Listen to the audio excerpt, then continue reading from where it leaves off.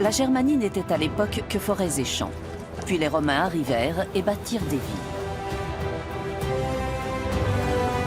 Les cités qu'ils ont construites le long du Rhin possédaient tout un forum, des commerces, un amphithéâtre et des thermes. Les Romains sont restés un demi-millénaire en Germanie.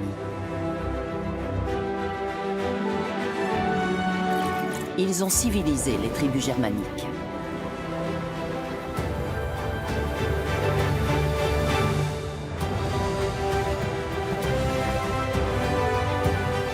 La frontière de la Germanie romaine était défendue par une ligne fortifiée.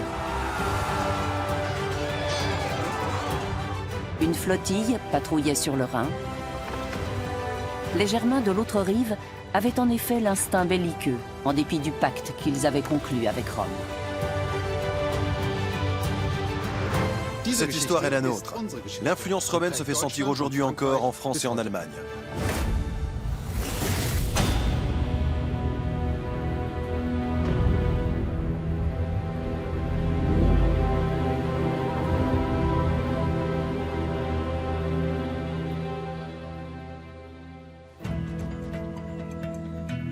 Grâce aux empereurs romains, la Germanie connaît un essor sans précédent au IIe siècle. Mais elle est sous la menace permanente d'une invasion. Pour y parer, les Romains bâtissent de nombreuses places fortes, comme la Saalburg, près de Francfort. Il y a plus de légions cantonnées dans cette province, sur cette frontière, que partout ailleurs dans l'Empire. Parce que cette frontière-là est menacée. Régulièrement, des bandes germaniques, essentiellement des Alamans et des Francs, menacent d'envahir la Germanie romaine. Mais gare à ceux qui rompent la paix. Rome leur promet une guerre impitoyable, une reddition sans condition et l'esclavage.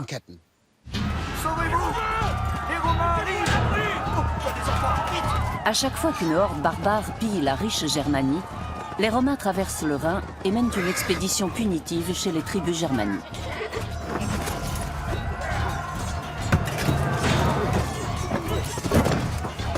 Pour dissuader d'autres bandes de faire pareil, ils réduisent en esclavage des villages entiers. Allez, avance! Ne les touche pas!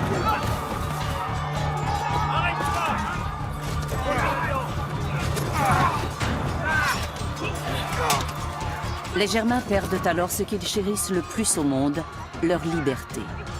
Leurs enfants sont pris en otage. Ils seront désormais captifs dans une cage dorée.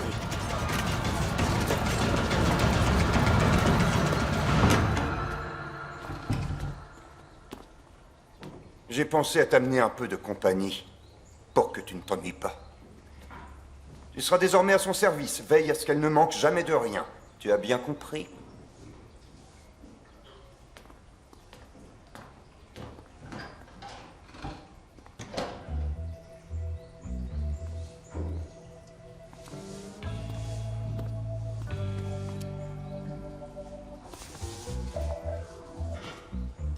Est-ce que tu es une esclave, toi aussi? Comment te nommes-tu? Ophania. Et toi? Susanna, je viens d'Égypte. Mais dis-moi, ce Romain Sextus, est-ce qu'il se montre parfois un peu, comment dire, importun? J'appartiens à une lignée de princesses franques. S'en prendre à quelqu'un de mon rang lui vaudrait de sérieux ennuis. Tu es fille de roi. Et comment es-tu arrivée ici? Tu peux appeler ça le destin, voire le hasard ou la judicieuse politique de Rome. À toi de choisir ce qui convient le mieux. Le père d'Ophania est Génobo, un roi franc qui a ravagé la Germanie romaine et attaqué Cologne.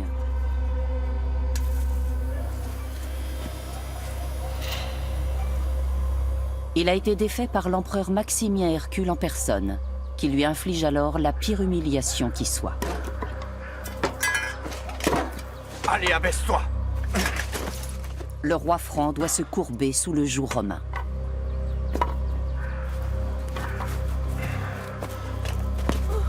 Non, pas lui! Non, pas ça! Sextus? Qui est cette fille? Non! Je crois qu'il s'agit sans le moindre doute de sa fille. Ah oui, sa fille, dis-tu.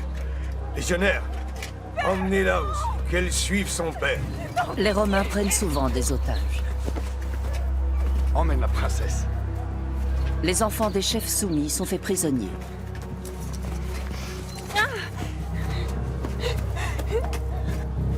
Elle pourrait peut-être te convenir, Sextus. Merci. J'en suis vraiment très honoré. Et voilà, j'étais devenu un butin pour eux.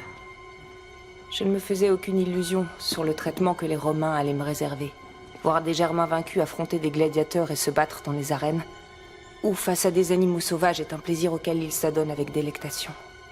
J'étais certaine de voir mon père mourir pour leur plus grande joie.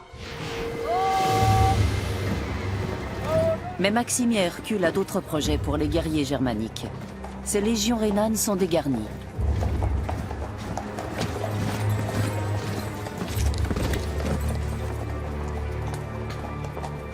Les Germains serviront Rome dans les troupes auxiliaires.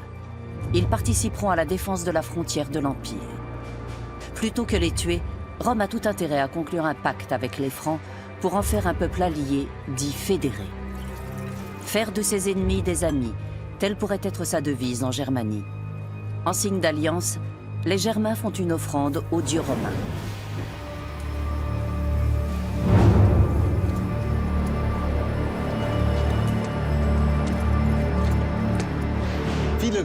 Beaucoup d'empereurs se vantaient d'avoir soumis les tribus germaniques. Germania capta, la Germanie est captive. Mais l'Empire romain considérait la force comme le dernier recours, l'ultima ratio. Elle préférait de loin museler les Germains avec des menaces, des cadeaux, ou les deux. L'idéal était d'en faire des peuples fédérés, des foederati, ou des amici, des amis de l'Empire romain. Oder sogar zu Amici, zu Freunden des Römischen Reiches zu machen.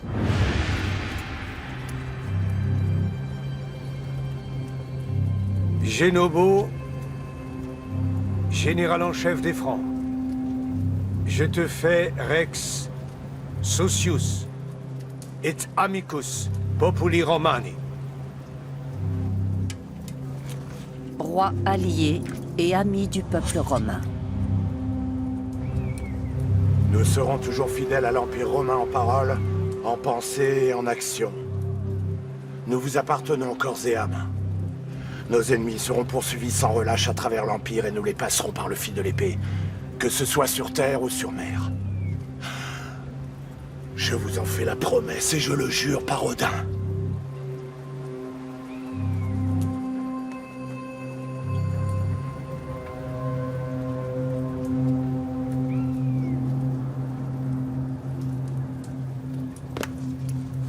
Mais le seul serment ne suffit pas.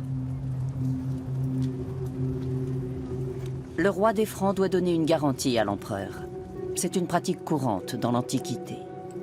Sa propre fille, Ophania, servira d'otage.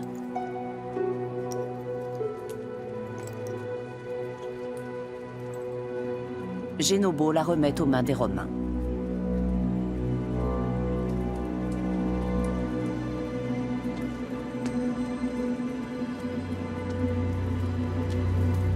Fais-en une romaine, Sextus.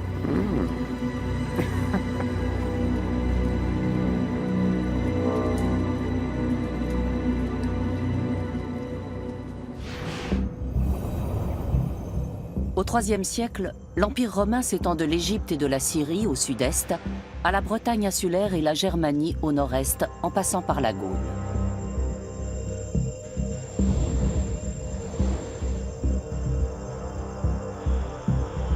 Mais les Francs et les Alamans, qui peuplent la rive droite du Rhin, pillent régulièrement les provinces romaines. Cela déplaît autant à Rome qu'aux Germains.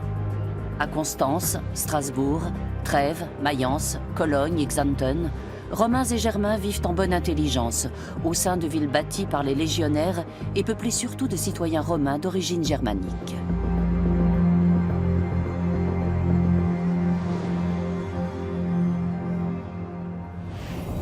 Il n'y a plus aucune différence entre les Gaulois, les Germains et les Romains depuis l'édit de Caracalla ou Constitutio Antoniniana, qui fait de tout habitant de l'Empire romain un citoyen romain. D'autre part, l'Empire romain a toujours cherché à intégrer légalement et progressivement les nouveaux arrivants. Et quand il y a une guerre entre un groupe barbare et les Romains, c'est que souvent ce dernier s'estime pas assez romanisé assez vite. Le point commun le plus important, c'est la langue latine, aussi bien sous sa forme orale que sous sa forme écrite. Néanmoins, les langues locales se sont maintenues pendant très longtemps. Quand par exemple l'évêque Irène, qui est un grec, vient prêcher à Lyon, il doit apprendre le latin, mais pour aller à la campagne, il doit aussi apprendre le gaulois. Au moment de la création de la province de Germanie, dans les années 70 après Jésus-Christ, il n'y a pas de différence fondamentale avec les provinces gauloises qui existaient auparavant. Même ville, même réseau de routes, même système économique et même système gouvernemental.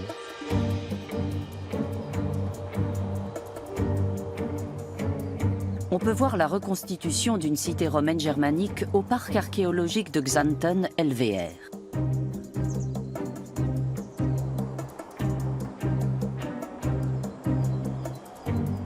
C'est là qu'a été mise au jour Colonia Ulpia Traiana, la colonie bâtie par l'empereur Trajan vers l'an 99 pour les vétérans de son armée. Plusieurs bâtiments ont été reconstitués.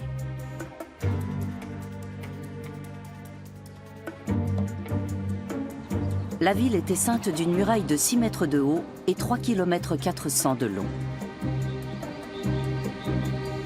L'amphithéâtre pouvait contenir 10 000 spectateurs. À l'époque, il était abrité des intempéries.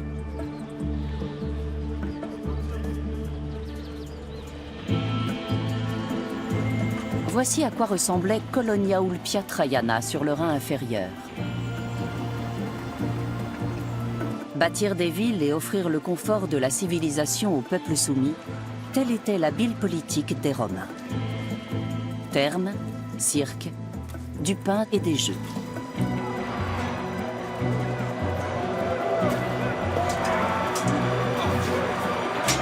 Dans les villes de Germanie, il ne manquait rien de ce qu'on pouvait trouver dans son modèle Rome.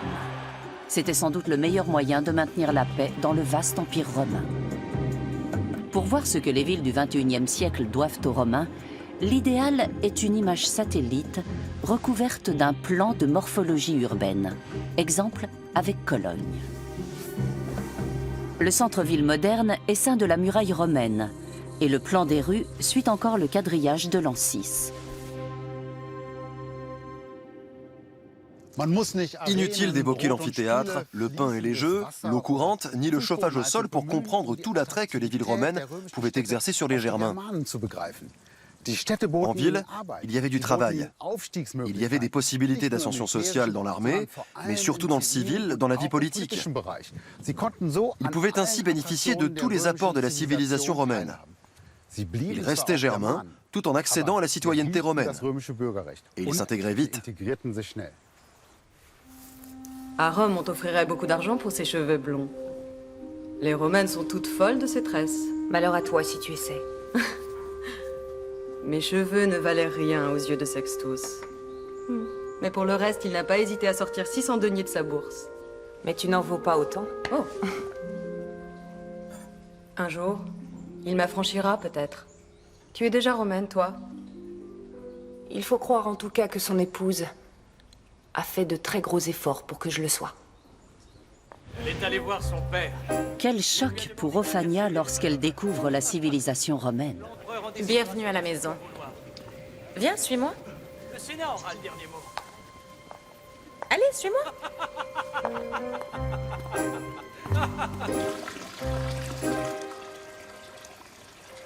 Est-ce qu'il est vrai que chez vous, le vin coule des... Comment s'appelle cette chose? Épitonium. Le vin coule à partir d'un épitonium? Mais goûte pour vérifier.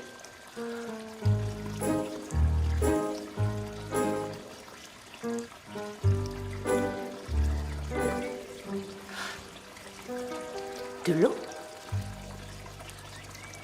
Nous l'avons aussi chaude. Et je crois que tu en aurais sérieusement besoin.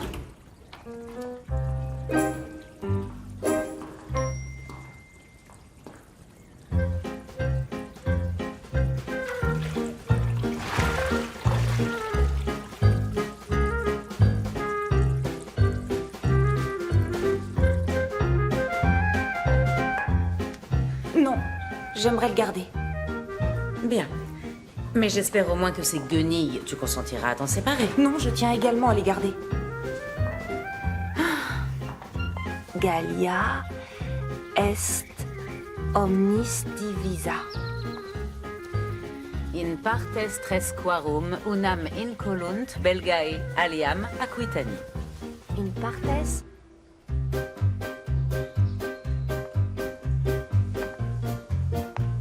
La Germanie romaine offre un luxe et des délices inconnus aux barbares.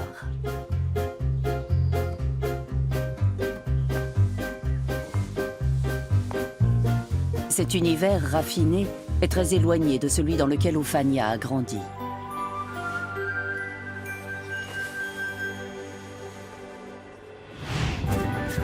Les forêts de son enfance étaient un espace de liberté absolue, mais sans aucun confort.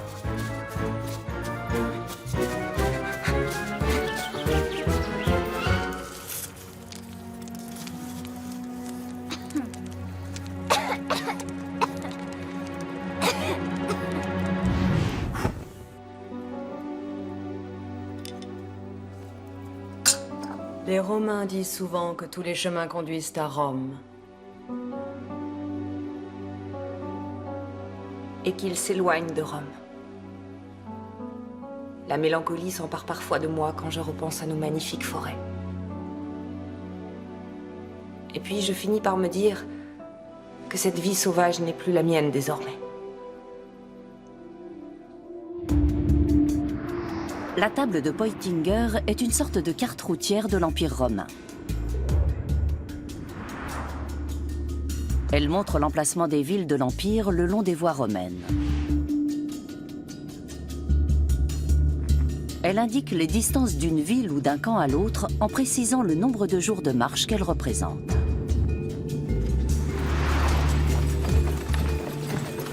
Chaque ville de l'Empire est desservie par une route, même dans les provinces reculées de Germanie. L'archéologue Klaus Greve nous montre le tracé des voies romaines qui relient la Germanie au reste de l'Empire à travers le massif de l'Eifel. Les Romains ont construit environ 100 000 km de voies dans leur empire. Mais à quoi servaient ces routes ? Qui les empruntait? L'armée, quand elle se déplaçait, et les marchands qui transportaient leurs marchandises. De plus, les voies romaines étaient des autoroutes de l'information. Véritables autoroutes de l'Antiquité, les voies romaines sont pavées.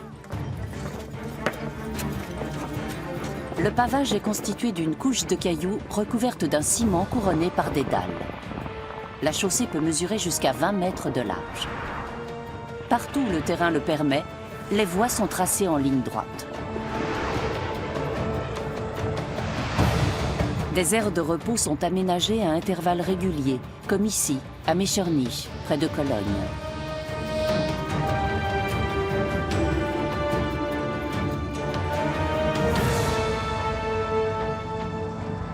La Via Belgica relie Cologne à la Manche.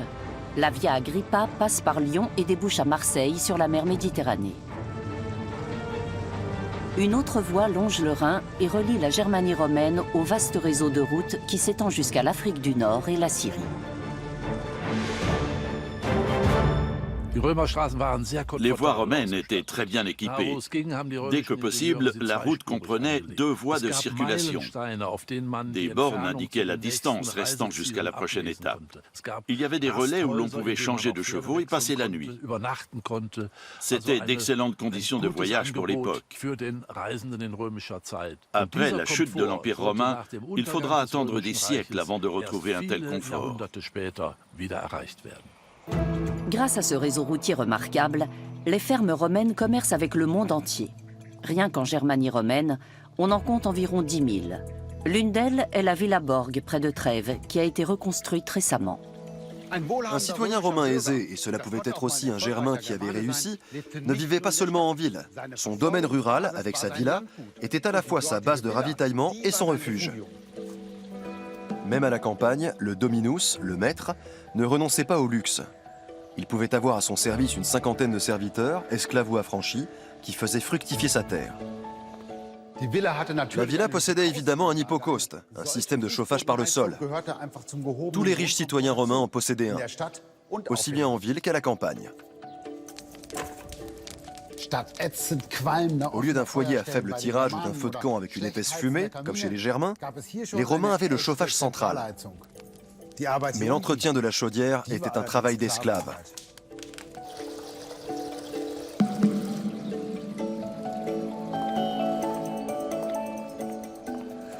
Maître ou esclave, tout le monde se retrouvait dans les latrines collectives.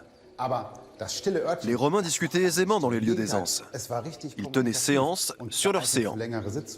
L'eau qui s'écoulait en permanence chassait les mauvaises odeurs. Il faudra attendre le 19e siècle pour que les Allemands disposent de nouveau de water closet. L'inventeur du WC a déposé un brevet. Pourtant, la chasse d'eau existait déjà il y a 2000 ans et elle était libre de droit. Mais le vrai lieu de détente d'une villa romaine, c'était ses thermes. Et quels thermes! Aujourd'hui, on appellerait ça un spa. Ce n'était pas une salle de bain unique, mais un ensemble de pièces d'eau. Il y avait un bain froid et un bain chaud, avec un sol en marbre, des baignoires en marbre et de superbes fresques au mur. Après s'être plongé dans différentes eaux, on passait dans la salle de repos pour la détente et le massage.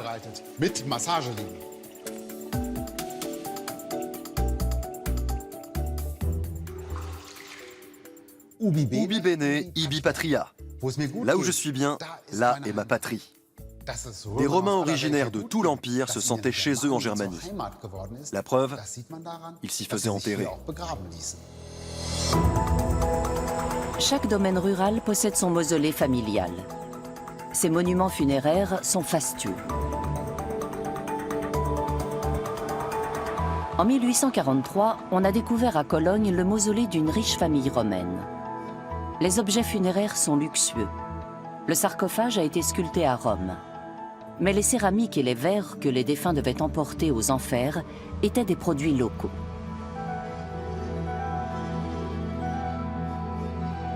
Le verre était un objet du quotidien pour les Romains. Chaque foyer en possédait des centaines. Ces verres décorés étaient très répandus. Regardez cette magnifique flasque en forme de grappe de raisin. On devine immédiatement ce qu'elle pouvait contenir. Le verre fascinait aussi bien les Romains que les Germains, de part et d'autre du Rhin. On imagine facilement qu'au fond des forêts de Germanie, celui qui possédait un beau verre s'en vantait. La verrerie est un art dans lequel les Romains excellent.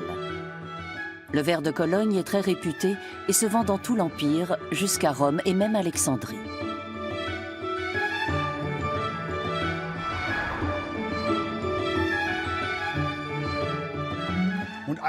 Certains Germains se disaient « Pourquoi payer des marchandises qu'on peut tout aussi bien voler ?»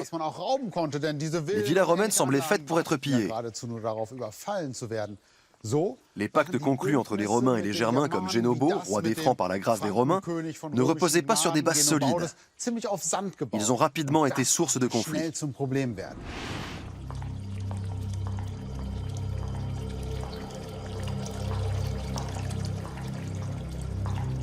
Tu ressembles à une vraie Romaine. Qu'as-tu fait de tes magnifiques et longues tresses? Que viens-tu faire ici? Comment es-tu entré dans cette villa?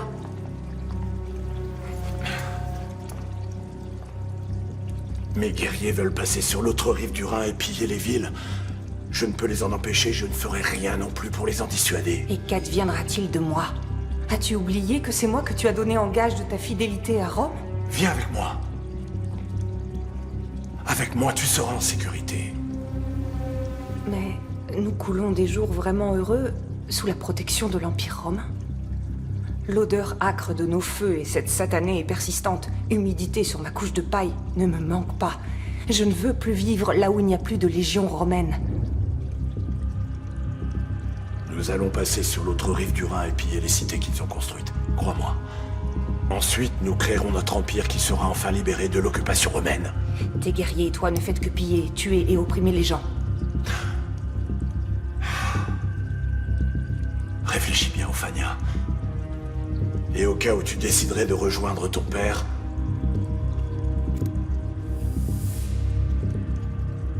Cet anneau paierait ton passage. Prends-le.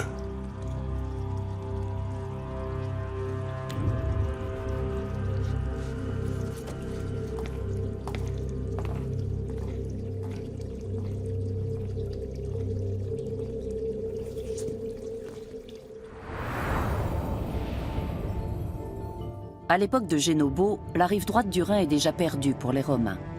Les Alamans font des incursions dans l'Empire et parviennent même jusqu'aux portes de Rome.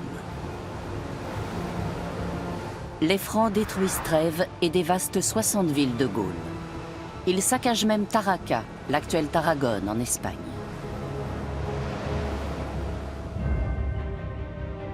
« 150 ans plus tôt, rien de tout cela n'aurait été possible.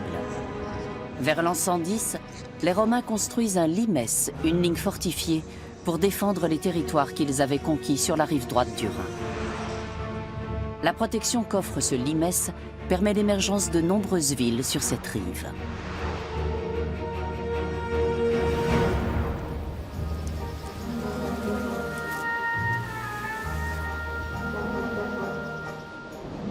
Les champs d'écumates allaient rester dans le giron romain durant plusieurs siècles. Cette terre fertile bénéficiait d'un climat doux. Beaucoup de vétérans de l'armée romaine y étaient installés.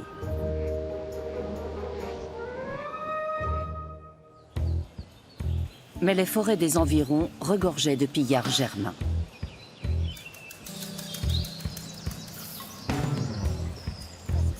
Cela fait plus d'un siècle que les archéologues fouillent la région à la recherche du limes de Germanie. Ils ont découvert des vestiges de fondations, de tours de guet, de fosses, de remparts, de palissades.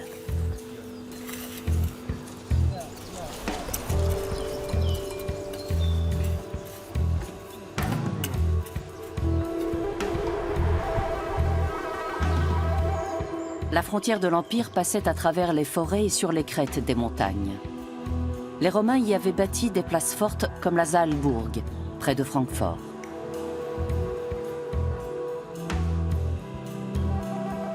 On a également découvert des forts de cavalerie sur les rives du Danube. Les troupes qui y étaient cantonnées pouvaient intervenir rapidement en cas d'attaque. Plus de 40 000 légionnaires se tenaient prêts au combat.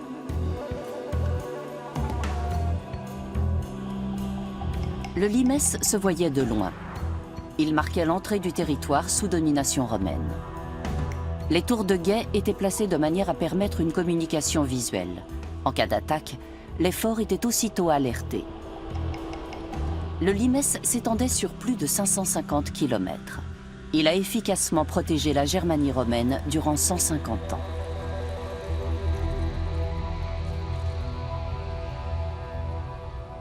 On pourrait penser que le limes était comparable à la frontière entre les deux Allemagnes durant la guerre froide. Mais le limes n'a jamais été destiné à enfermer les citoyens de l'Empire et il n'a jamais été un rideau de fer. Il y avait beaucoup d'animations au point de passage. On pouvait traverser la frontière pour faire du commerce ou voyager. Et la contrebande en tout genre était aisée.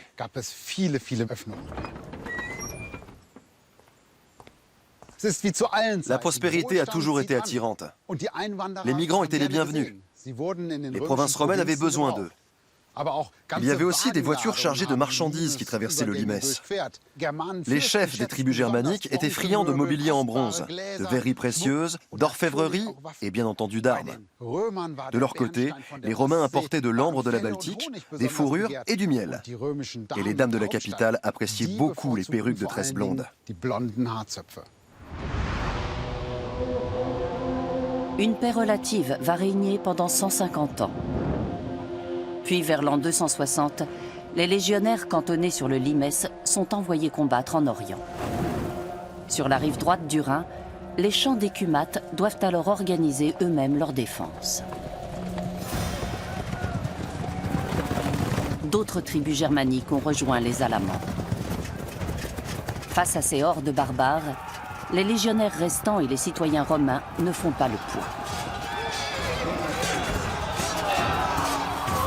D'autant que les Alamans ne se contentent plus de piller. Ils veulent désormais régner sans partage sur tout le territoire.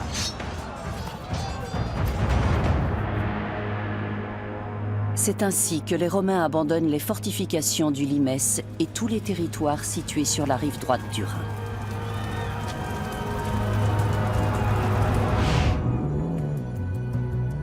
Au moment où les champs d'écumates, en Germanie supérieure, tombent aux mains des Alamans, une ligue d'hommes libres, la Ligue franque, se forme en Germanie inférieure. Sous Dioclétien, le Rhin, l'Iller et le Danube deviennent les frontières naturelles de l'Empire. Un dispositif comprenant des places fortes, une flottille et d'innombrables camps militaires est alors créé pour les défendre. De petits groupes de population quittent les provinces abandonnées par les Romains pour se réfugier sur la rive gauche du Rhin.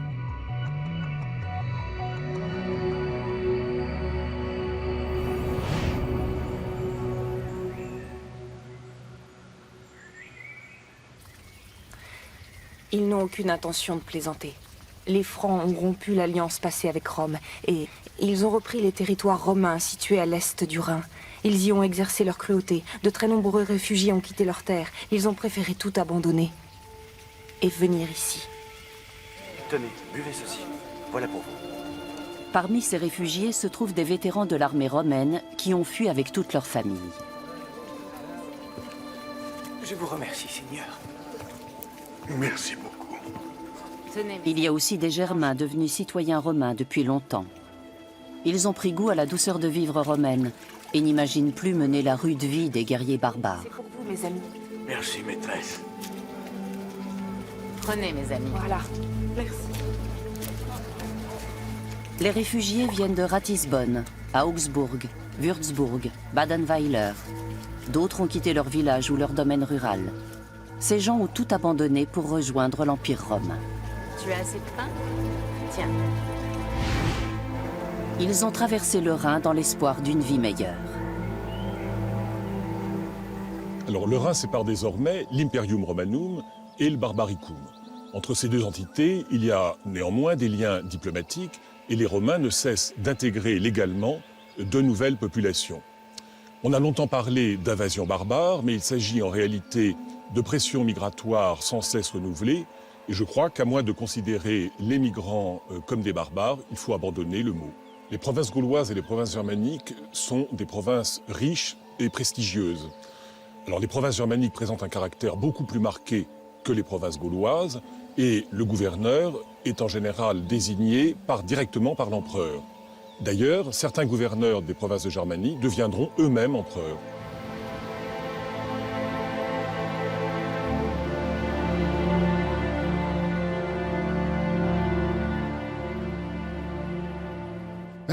Quand on parle de l'armée romaine, on pense aux cohortes de fantassins avec tous leurs bardas, épées, lances, boucliers.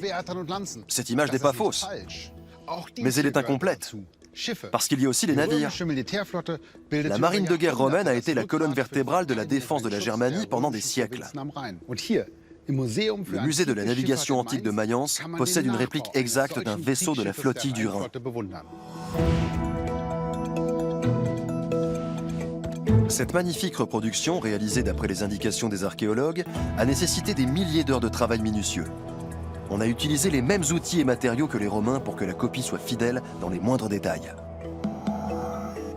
Il faut être né sous une bonne étoile pour trouver une épave romaine qui ne se résume pas à quelques clous. Les archéologues de Mayence ont eu la chance incroyable de découvrir plusieurs épaves sous une épaisse couche de vase sur un chantier de construction dans l'ancien port romain de la ville. Elle n'était pas intacte, mais en assez bon état pour qu'on puisse reconstituer pour la première fois un bateau de la flottille romaine du Rhin. La pièce du musée n'est pas une pièce unique. Il existe une autre réplique capable de naviguer.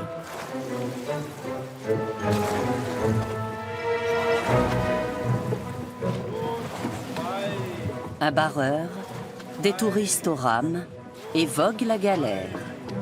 C'était le projet d'une association de reconstitution historique.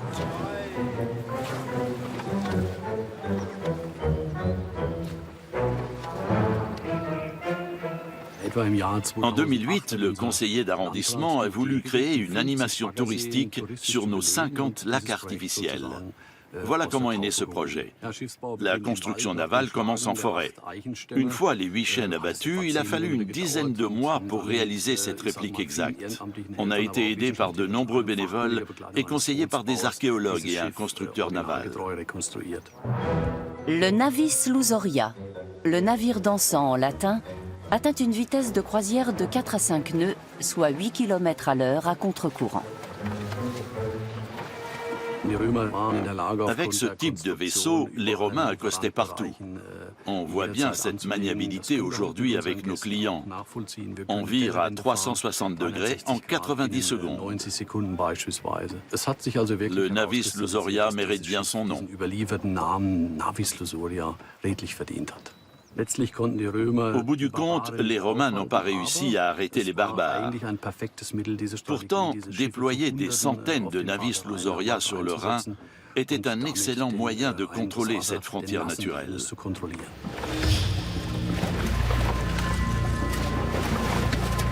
Les rameurs sont capables de parcourir une centaine de kilomètres par jour à contre-courant s'il le faut.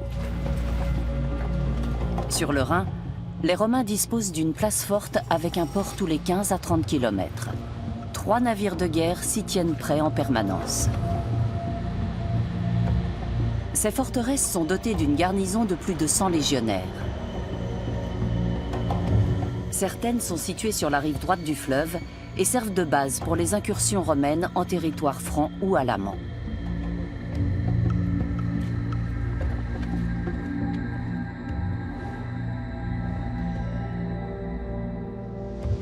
Les légionnaires ne chômaient pas. Ils remontaient et descendaient le Rhin pour surveiller la frontière, transporter des troupes ou intervenir en urgence.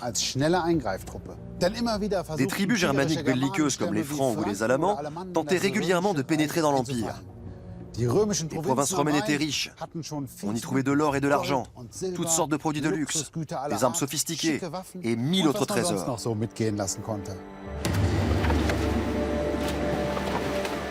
Pour empêcher les hordes barbares de traverser le Rhin, l'Iller ou le Danube, les Romains mettent sur pied un excellent dispositif d'alerte.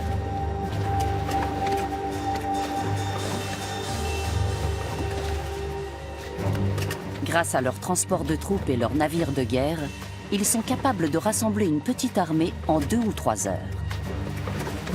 Chaque fort avertit ses voisins en amont et en aval du fleuve.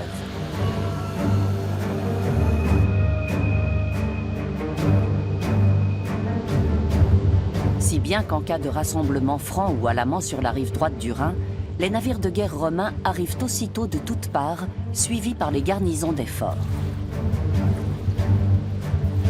De la sorte, l'armée romaine peut arrêter les barbares avant même qu'ils ne traversent le fleuve. Elle peut aussi cueillir les hordes lorsqu'elles rebroussent chemin après s'être livrées au pillage. Après la destruction du Limès, la frontière naturelle du Rhin protège les provinces romaines de Germanie et de Gaule des hordes barbares. En revanche, le fleuve ne peut pas contenir la progression de la nouvelle religion qui se répand comme une traînée de poudre depuis l'Orient.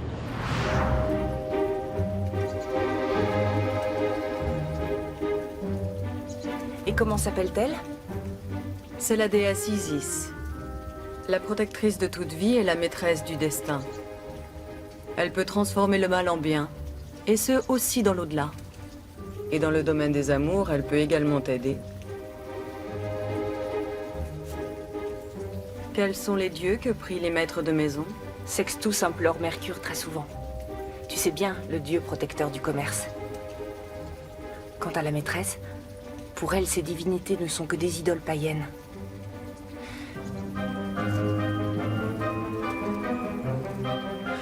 Mais promets-moi de n'en parler à personne.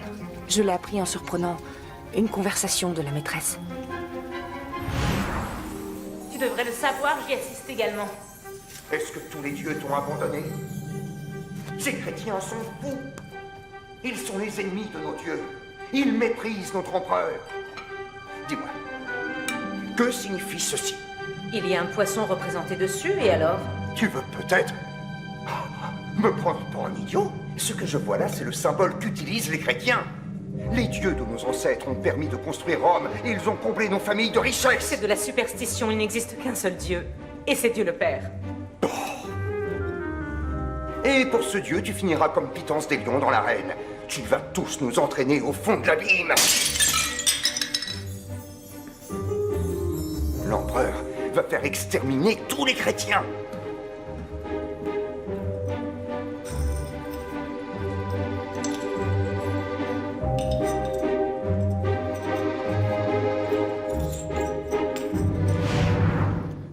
Les Romains avaient déjà toutes sortes de divinités, et chaque peuple soumis y ajoutait les siennes.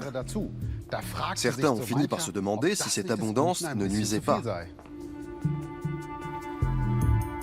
Le dieu du commerce, des voleurs et des voyageurs était Mercure. Le dieu de la guerre était Odin chez les Germains et Mars chez les Romains.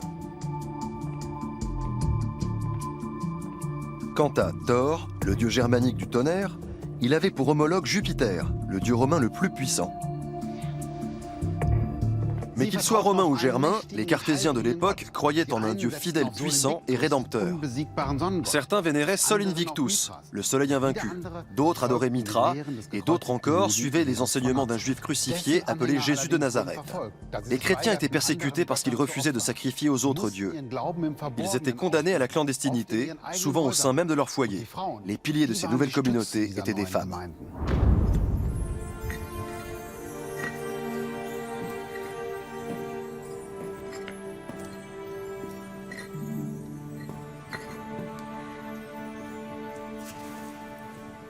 Mais que symbolise ce poisson? En grec, on écrit le mot poisson ichthys. Jesus Christos Theo Ios Soter. Très bien. Et que signifient ces lettres pour nous? Pour nous, Jésus-Christ, Fils de Dieu, le Sauveur. Il s'agit là de notre religion. Il a prêché l'amour et il est mort pour sauver les hommes. Tous? Oui, tous les hommes. Devant notre Dieu, tous les hommes sont égaux. Tous égaux, même les Germains? Oui, même les Germains. Et les esclaves aussi? Les esclaves aussi.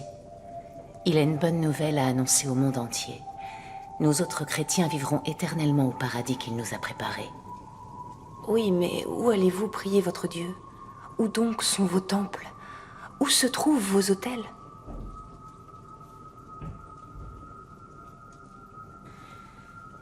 Nous sommes prudents et nous nous retrouvons secrètement dans une villa de Mogontiacum. Si tu n'en dis mot à personne, je t'y emmènerai un soir. À Mogontiacum, l'actuelle Mayence et Cologne, ainsi que dans d'autres villes de l'Empire, des assemblées de chrétiens se réunissent en secret, malgré l'interdiction dont elles sont frappées.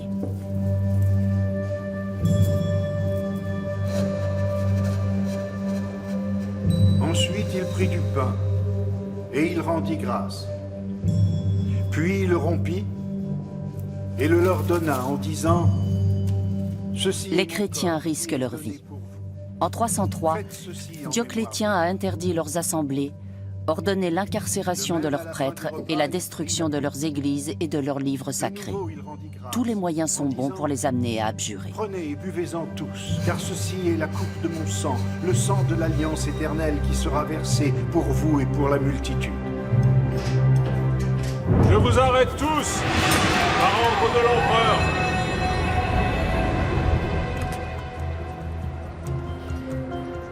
Sous la cathédrale de Trèves, on a découvert les fondations de villas romaines.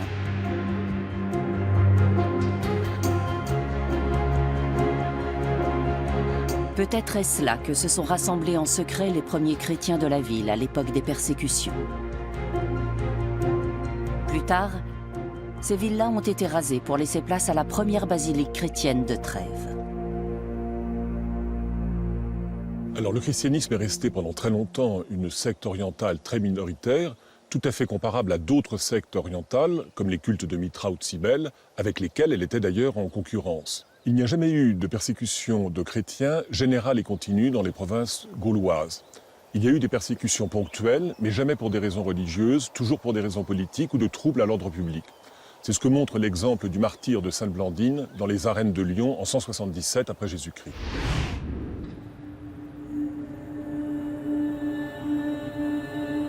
Les chrétiens pris sur le fait ou dénoncés ont le choix. Soit ils sacrifient à la triade romaine en signe de loyauté à l'empereur, et ils échappent ainsi à toute peine. Ce faisant, ils enfreignent bien sûr le premier commandement de leur Dieu, qui est « Tu n'auras pas d'autre Dieu devant ma face ».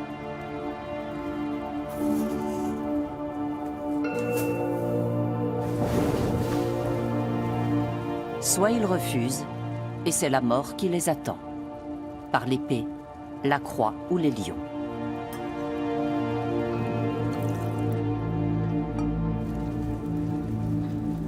Nombre d'entre eux choisissent la vie. Ma maîtresse a sacrifié au dieu romain. Elle disait « Personne ne peut voir le bien le plus précieux caché au fond de mon cœur. » De nombreux chrétiens agissent ainsi. Ils attendent des jours meilleurs. Tu as bien dit qu'il ne faisait aucune différence entre maître et esclave? Oui, mais te rendre ta liberté n'est pas une obligation chez eux.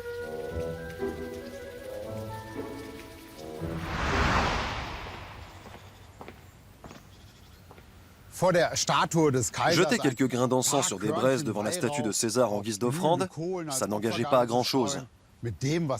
Pour les citoyens romains, c'était un banal serment de fidélité à l'empereur, un peu comme prêter serment à la Constitution.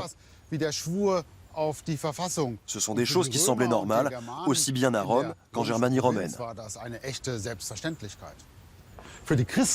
Sauf pour les chrétiens. Pour eux, le culte de l'empereur était devenu une question de foi. Pouvaient-ils sacrifier à un autre dieu? Ceux qui ne voulaient pas prendre de risques l'ont fait. Mais d'autres, non. Et ils sont morts en martyrs. Toutefois, leur courage et leur foi ont marqué les esprits, et le nombre des chrétiens grandit, malgré les persécutions, dans tout l'Empire, y compris en Germanie. Voici les têtes de Cassius et Florentius, officiers de la Légion tébéenne qui auraient refusé de sacrifier à l'empereur avant un combat. Leurs reliques sont visibles à Bonn, dans la cathédrale du Münster. Quelle est la part de légende dans ce genre de récit? C'est impossible à dire. Une chose est sûre, ces chrétiens ont été condamnés à mort. Rome ne tolère le christianisme qu'à partir du IVe siècle. Hélène, mère de l'empereur Constantin, aurait posé les fondations de nombreuses églises emblématiques de Germanie.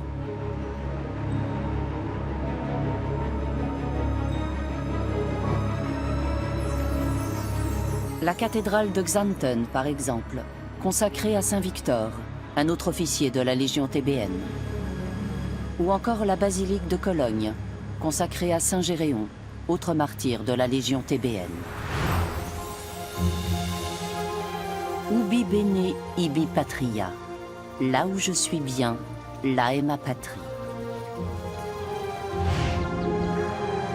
Le dilemme d'Ophania est celui de nombreux barbares originaires des forêts de Germanie.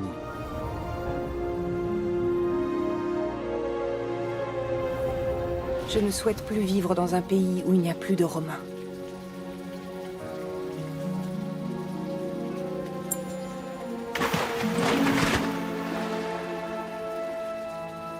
On ignore le sort du père d'Ophania, mais d'autres chefs de tribus germaniques qui ont rompu leur alliance avec Rome ont été jetés au lion à Trêve.